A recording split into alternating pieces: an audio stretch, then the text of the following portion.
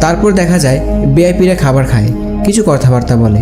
সৈন্য 11 প্লেয়ার 246কে তাদের সাথে মিশিয়ে দেয়। আর একদিকে অপারেটিং রুম চেক করে সৈন্যরা আর মৃত সৈন্যদের শনাক্ত করে। সৈন্য 11 আসে ম্যানেজারের রুমে আর তাদেরকে বাহির করে দেওয়ার জন্য ধমকি দেয়। রুমে ফিরে আসি, প্লেয়ার 149 আসে জিহুনের কাছে, তার সাথে মনের কথাগুলো বলে। তাকে দায়িত্ব দিয়ে যায় ওই বাচ্চাটাকে রক্ষা করার জন্য। তারপর সকাল হয় আর প্লেয়ার 149 আত্মহত্যা করে। পঞ্চম রাউন্ড শুরু হয়। খেলার নাম রশি লাফ। ছোটবেলার খেলা না, পড়লেই মৃত্যু। ভিআইপিরা তাদের মজার জন্য বাচ্চাকেও ছাড় দিল না। তারা ওই বাচ্চাটাকেও খেলায় জয়েন করে দেয় বিনোদনের জন্য। জিহুন বাচ্চাটাকে নিয়ে সামনে আগায়। অনেক কষ্টের পর সে পার হয়। তা দেখে মনে শান্তি আসে। তার পিছে পিছে অন্যরাও আসে। কেউ কেউ মারা যায়। একটা প্লেয়ার পারে আসে আর সে অন্য প্লেয়ারদের ঠেলে ফেলে দেয়। তারপর হাসি দিয়ে বলে, এটাই তো খেলা।